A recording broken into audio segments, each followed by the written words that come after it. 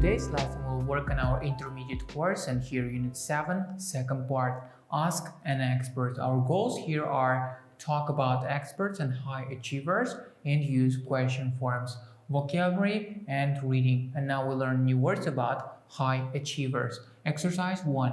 Work with a partner. The photo shows 3 people who are well known as experts. What do you think they are expert at? Do you recognize any of them? Pause the video and try to answer these questions in a written form.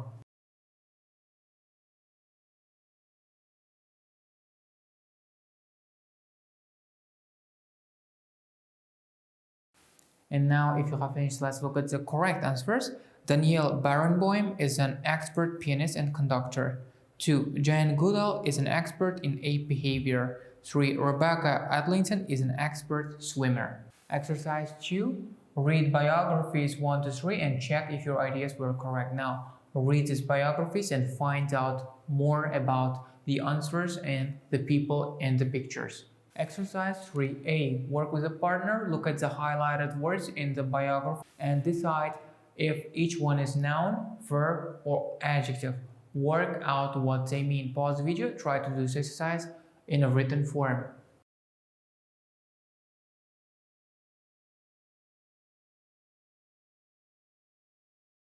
And now, if you have finished, let's check the answers. Here, talented is adjective, showing a natural skill or ability.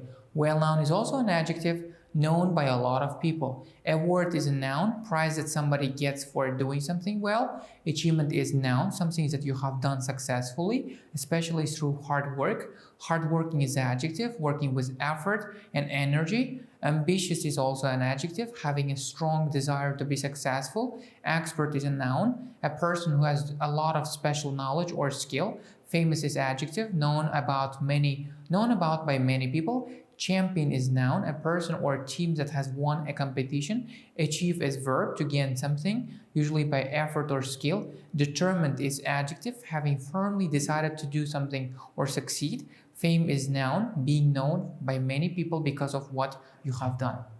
Exercise 3B. Complete the sentences using a suitable word from the article. Compare your answers with a partner and give reasons for your choices. Pause the video, try to fill the gaps from the highlighted words in the article.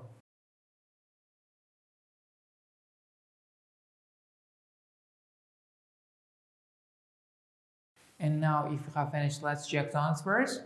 Well, 1. Many talented people never become really famous because they are too shy. 2. He's very ambitious. He wants to become president one day. 3. She's determined to achieve the highest mark in her class. 4. If you want to become a champion, you will need to train every day. 5. She never won any awards for her achievements, but her research changed the world. Exercise 4. Task. Work with a partner or in small groups and discuss the questions. Pause the video and answer the questions in a written form.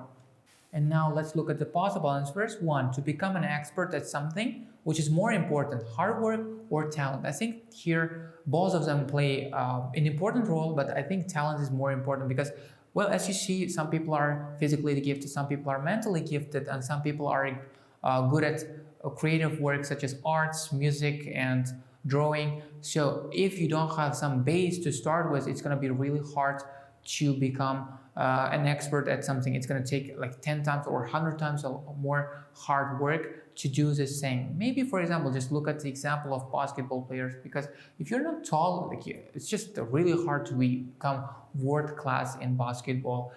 And question 2 is, being ambitious always a good thing? Why not? Well, sometimes good, mostly good, but there are bad sides too. Well, you are ambitious, you don't stop, never, and you will have more opportunities as you work harder and harder. You will achieve newer heights, and you will find and you open new things, new experience for yourself. But there are bad sides too, such as you will never be able to rest. You will never have peace in your mind, and you will never maybe you will not have good family or good relationships with people, because as you're ambitious, you just spend most of your time working or researching and doing something alone. Grammar and speaking. Question forms. Exercise 5A. The 3 experts all took part in an interview in a British newspaper. Look at the questions and answers try to guess which person is answering. Discuss your answers with a partner. Pause video, try to do this exercise on your own.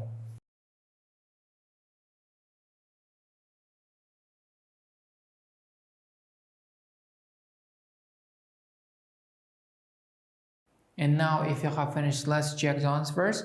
Rebecca Adlington didn't like her big shoulders, which could be typical of a good swimmer. 2. Daniel Barenboim mentions Mozart.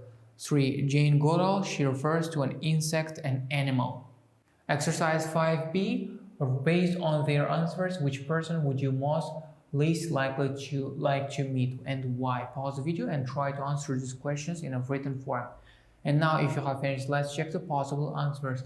I would love to talk to or meet Jane Goodall because, well, she's my hero. She's my childhood hero because in my childhood I grew up with all the biology books and books on evolution. And Jane Goodall is like one of the all-time greatest, one of the experts, one of the really the kings and the like dominant people of this field, this sphere of animal behavior, of ape behavior, which is really directly connected to human behavior. And I just used to learn a lot of new things from her. I read a lot of her books and I just got a lot of insights about how people operate, how they behave during everyday life. Exercise 6a. Read the information about question forms in the grammar focus box, then add an example of each type of question from the questions in exercise 5. Pause the video and try to answer these questions on your own. Grammar focus questions. Direct questions. In questions, we normally put an auxiliary verb do, does, did before the subject. For example, who did you call yesterday? What did you do today? What book did you read yesterday? If the question word is the subject of the question, we don't use do, does, did. Who played my toy? Or what happened here? Indirect questions. We use indirect questions to make questions more polite.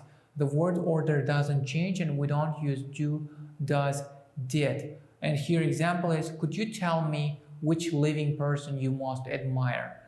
Note that to make yes, no indirect questions, we use if. Would you mind telling me if you think you are ambitious? I would like to know if you think you are ambitious. Exercise 6b. Look at the questions in exercise 5 and make them indirect. Pause the video and try to do this exercise in a written form. And now let's check the answers. As you see, any of the following open phrase is appropriate. Could you tell me? Would you mind telling me? I would like to know. So in first one, it is which living person you most admire, how you would like to be remembered. And third one was already indirect. 2, if you like giving interviews, when you were happiest, what your superpower would be, what makes you unhappy. And 3, what your most treasured possession is, what your earliest memory is, how you would like to be remembered. Exercise 7. Make interview questions using the prompts. Make at least 2 indirect questions. Pause the video and try to answer this. Try to make these questions, try to form these questions on your own in a written form.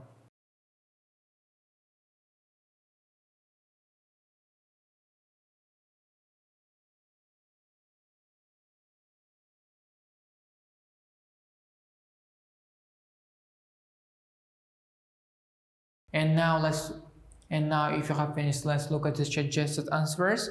Well, 1, could you give me an example of an embarrassing moment? Can you tell us what's happened?